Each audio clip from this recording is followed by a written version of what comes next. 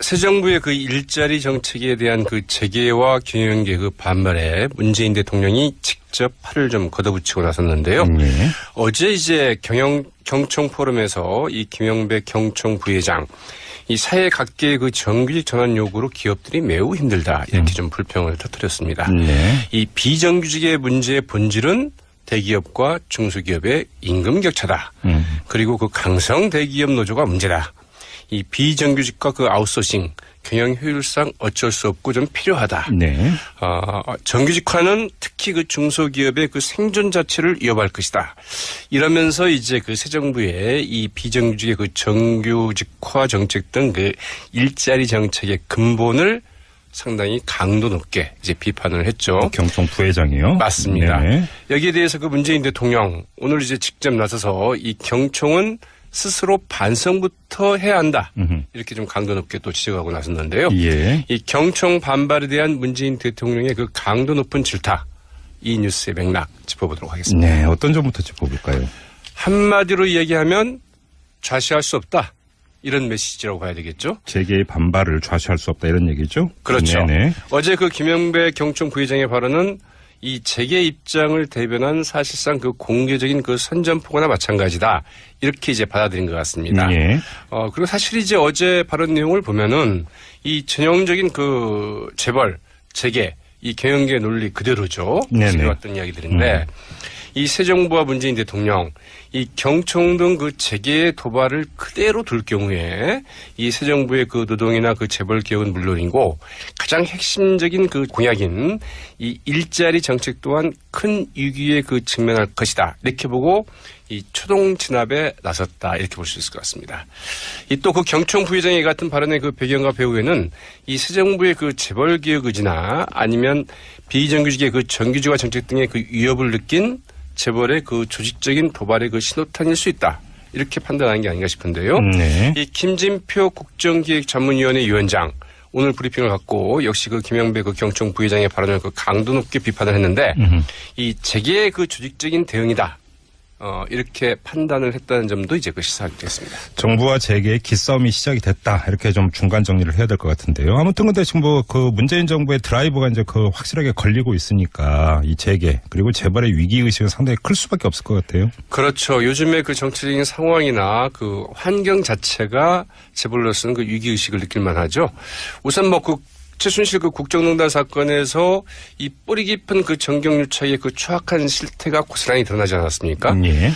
이 재벌의 그 그룹 지배력과 이 경영권 세습을 위해서 국민의 그 노후 자금인 이 국민연금기금까지 이제 동원을 하고 거기에 그 손해를 입힌 사실까지 드러났고 그랬죠. 결국 그 이재용 삼성전자 부회장이 이 때문에 구속이 됐죠. 이 전경련은 사실상 거의 그 와해 지금 상태에 있고요. 그런 가운데 새 정부의 그 재벌 개혁 상당히 좀 강도 높게 드라이브를 걸 것 같다. 이렇게 예상되지 않습니까? 대표적인 그 재벌 개혁론자들을 이제 준용을 했는데 이 공정거래위원장에는 평소에 그 재벌 저격수라는 이제 그 평판을 듣던 그 김상주 교수가 임명이 됐고요. 내정이 됐죠. 지명이 된 거죠. 지명이 됐죠. 그리고 정책실장에는 그 이제 장하성 교수가 임명이 됐고요. 네, 재벌의 위기의식 그 어느 때보다 그 높다고 볼 수 있겠고요.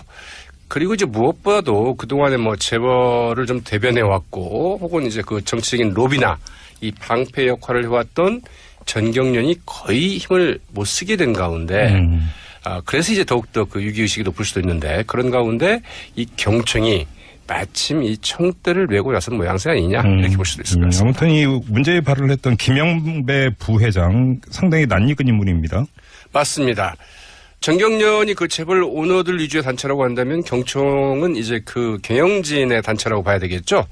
네, 그 1970년에 이제 그 발족이 됐는데 이 문제의 발언을 한 그 김영배 경총 부회장 2004년에 이 40대 나이로 그 경총 부회장이 됐습니다. 그러니까 지금 13년 동안 경총 부회장직을 계속 상근 부회장직을 해오고 있으니까 사실상 경총의 실질적인 이 대변자나 마찬가지다. 이렇게 볼 수도 있을 것 같은데요. 이 특히 이제 그 김영배 그 경총 부회장에는 그동안에도 이 재계의 입이다. 재계의 그 싸움닭이다. 뭐 이러면서 그 노동계 공격에 굉장히 그 앞장섰던 인물이기도 하죠. 지난 1월 이 촛불 시위가 한창일 때 이제 그 광장에서 이 재벌 개혁 요구가 좀 거세게 분출될 때 김영배 경총 부회장 이런 말도 했습니다. 뭘 안 주면 안 줬다고 패고 주면 줬다고 패고 기업이 중간에서 좀 어떻게 할 수 없는 이런 상황이 참담하다. 예. 이런 얘기를 했는데요. 1월 18일 서울 프레스센터에서 열린 이 고용노동부 장관 초청 30대 그룹 그 CEO 간담회에서 이제 한 말이었습니다. 이 재벌들이 미르와 그 K스포츠단에 그 출연한 것 때문에 이 사법처리 대상에 오른 것을 두고 이제 한 말인 것 같은데 그때는 마침 이재용 이제 그 삼성전자 부회장에 대한 이 구속영장이 그 청구된 때이기도 했었죠. 예. 자, 마저 함께 짚어봐야 될 내용이 있다면 어떤 걸까요? 네, 재벌에 대한 새 정부의 압박의 수위는 더 높아질 수도 있겠다 이런 점인데요. 이 문재인 대통령은 이 정부가 그 민간 기업에게까지 그 일자리 정책을 그 강압적으로 하려 한다는 식의 그 오해를 불러일으켰는데 그것은 사실과 다르다. 이렇게 이제 그 선을 그었습니다. 이 청와대 관계자도 이 비정규직의 그 정규직화 정책은 정책의 그 우선순위는 이 공공 부분에 있다. 이렇게 이제 이야기를 했는데요. 그러나 이 문재인 대통령 이런 말도 빼놓지 않았습니다. 경청도 지금과 같은 그 사회적 그 양극화를 만든 주요 당사자이다. 당연히 책임을 져야 되고 이 비정규직화와 그 청년 실업 문제에 대해서 적극 나서야 된다. 이렇게 이야기를 했거든요. 네. 그리고 김진표 국정기획자문위원회 위원장 한 발 더 나갔는데요. 이 재계가 그 압박으로 느끼지 않겠느냐 이런 그 기자들의 질문에 대해서 무슨 소리냐. 압박으로 느낄 때는 압박으로 느껴야 된다. 아니 그냥 대놓고 이야기를 하기도 했는데요. 예. 기존 재계의 논리나 이 반발은 확실하게 그 진압하겠다.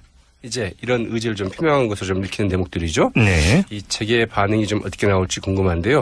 일단 경청에서 어떤 반응을 보일지 좀 주의 깊게 지켜봐야 될 것 같습니다. 이제부터 시작이라고 봐야 되겠죠. 그렇죠. 알겠습니다. 수고하셨어요. 네, 고맙습니다. 네, 시사평론가 백병규 씨였습니다. 새 정부의 그 일자리 정책에 대한 그 재계와 경영계 그 반발에 문재인 대통령이 직접 팔을 좀 걷어붙이고 나섰는데요. 어제 이제 경총 포럼에서 이 김영배 경총 부회장 이 사회 각계의 그 정규직 전환 요구로 기업들이 매우 힘들다 이렇게 좀 불평을 터뜨렸습니다. 이 비정규직의 문제의 본질은 대기업과 중소기업의 임금 격차다. 그리고 그 강성 대기업 노조가 문제다. 이 비정규직과 그 아웃소싱 경영 효율상 어쩔 수 없고 좀 필요하다. 네. 정규직화는 특히 그 중소기업의 그 생존 자체를 위협할 것이다. 이러면서 이제 그 새 정부의 이 비정규직의 그 정규직화 정책 등 그 일자리 정책의 근본을 상당히 강도 높게 이제 비판을 했죠. 경총 부회장이요? 맞습니다. 네. 여기에 대해서 그 문재인 대통령 오늘 이제 직접 나서서 이 경총은 스스로 반성부터 해야 한다. 이렇게 좀 강도 높게 또 지적하고 나섰는데요. 예. 이 경총 반발에 대한 문재인 대통령의 그 강도 높은 질타. 이 뉴스의 맥락 짚어보도록 하겠습니다. 네. 어떤 점부터 짚어볼까요? 한마디로 내정이 됐죠? 지명이 된 거죠? 지명이 됐죠. 예. 정책실장에는 그 이제 장하성 교수가 임명이 됐고요. 예. 네. 재벌의 위기식 그 어느 때보다 높다고 볼 수 있겠고요. 그리고 이제 무엇보다도 그동안에 뭐 재벌을 좀 대변해 왔고 혹은 이제 그 정치적인 로비나 이 방패 역할을 해왔던 전경련이 거의 힘을 못 쓰게 된 가운데 그래서 이제 더욱더 그 위기의식이 높을 수도 있는데 그런 가운데 이 경청이 마침 이 청대를 메고 나선 모양새 아니냐 이렇게 볼 수도 있을 것 같습니다. 아무튼 이 문제의 발언을 했던 김영배 부회장 상당히 낯익은 인물입니다. 맞습니다. 전경련이 그 재벌 오너들 위주의 단체라고 한다면 경총은 이제 그 경영진의 단체라고 봐야 되겠죠. 네, 그 1970년에 이제 그 발족이 됐는데 이 문제의 발언을 한 그 김영배 경총 부회장 2004년에 이 40대 나이로 그 경총 부회장이 되었습니다. 그러니까 지금 13년 동안 경총 부회장직을 계속 상근 부회장직을 해오고 있으니까 사실상 경총의 실질적인 이 대변자나 마찬가지다. 이렇게 볼 수도 있을 것 같은데요. 예. 이 특히 이제 그 김영배 그 경총 부회장에는 그동안을 얘기하면 좌시할 수 없다. 이런 메시지라고 봐야 되겠죠. 재계의 반발을 좌시할 수 없다 이런 얘기죠. 그렇죠. 네네. 어제 그 김영배 경총 부회장의 발언은 이 재계 입장을 대변한 사실상 그 공개적인 그 선전포고나 마찬가지다. 이렇게 이제 받아들인 것 같습니다. 예. 그리고 사실 이제 어제 발언 내용을 보면은 이 전형적인 그 재벌, 재계 이 경영계 논리 그대로죠. 네네. 지켜왔던 이야기들인데 이 새 정부와 문재인 대통령 이 경총 등 그 재계의 도발을 그대로 둘 경우에 이 새 정부의 그 노동이나 그 재벌 개혁은 물론이고 가장 핵심적인 그 공약인 이 일자리 정책 또한 큰 위기에 그 직면할 것이다. 이렇게 보고 이 초동 진압에 나섰다. 이렇게 볼 수 있을 것 같습니다. 이 또 그 경총 부회장의 같은 발언의 그 배경과 배후에는 이 새 정부의 그 재벌 개혁 의지나 아니면 비정규직의 그 정규직화 정책 등의 그 위협을 느낀 재벌의 그 조직적인 도발의 그 신호탄일 수 있다. 이렇게 판단하는 게 아닌가 싶은데요. 네. 이 김진표 국정기획자문위원회 위원장 오늘 브리핑을 갖고 역시 그 김영배 그 경총 부회장의 발언을 그 강도 높게 비판을 했는데 이 재계의 그 조직적인 대응이다.